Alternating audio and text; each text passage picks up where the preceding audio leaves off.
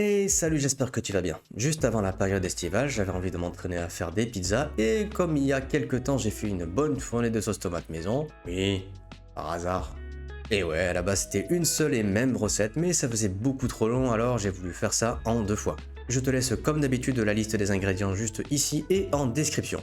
Pour cette fois, pars du principe que les doses employées ici seront pour une belle pizza, alors tu n'auras qu'à multiplier la recette selon le nombre de personnes. Avant de commencer la recette à proprement parler, je te conseille de prévoir un peu de temps pour laisser ta pâte lever un peu. À titre personnel, ça m'a pris environ 8 heures, mais je t'expliquerai ça juste après, c'est assez important. Allez, première étape, mesure 180 ml d'eau bien tiède, verse-y ta levure, mélange bien pour dissoudre le tout, et laisse ton mélange s'activer pendant environ 10 minutes, voire un peu plus, ça ne lui fera pas de mal. Pendant ce temps, pèse ta farine et ton sel dans un saladier, mélange un peu pour répartir les poudres. Quand les 10 grosses minutes sont passées, creuse un puits au centre de ton saladier, verse-y ton eau saturée en levure et remélange. A partir de là, ta détrempe devrait avoir une texture bien collante et c'est tout à fait normal. L'astuce ici, c'est de continuer à travailler ta pâte, l'étirer et la replier sur elle-même. Au bout de quelques minutes, elle sera moins collante et elle va gagner en élasticité. Le but de la manœuvre, c'est de lui faire gagner en force. Son élasticité va lui permettre de gonfler sans problème. Quand tu as un résultat à peu près comme le mien, verse un filet d'huile d'olive au fond de ton saladier et remets ta pâte dedans, le tout couvert d'un film alimentaire pour fermer de façon hermétique. A partir de là, je voulais te citer 2 options. Premièrement, tu as anticipé pour manger tes pizzas le lendemain et tu peux réserver ta pâte au frigo pour une fermentation lente. Soit tu fais comme moi et tu laisses à température ambiante pendant au moins 8 heures.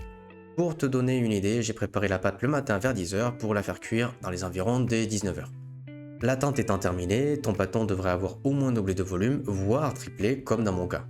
Ensuite, préchauffe ton four au moins à 220 degrés Celsius, fleure un peu ton plan de travail, fais de même avec ta boule de pâte et étale-la en partant du centre vers l'extérieur.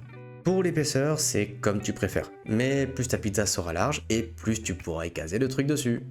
D'ailleurs, j'ai opté pour ma sauce tomate maison de la précédente vidéo, des rondelles de fromage de chèvre, des feuilles de sauge, des olives noires et un filet d'huile d'olive infusée au romarin.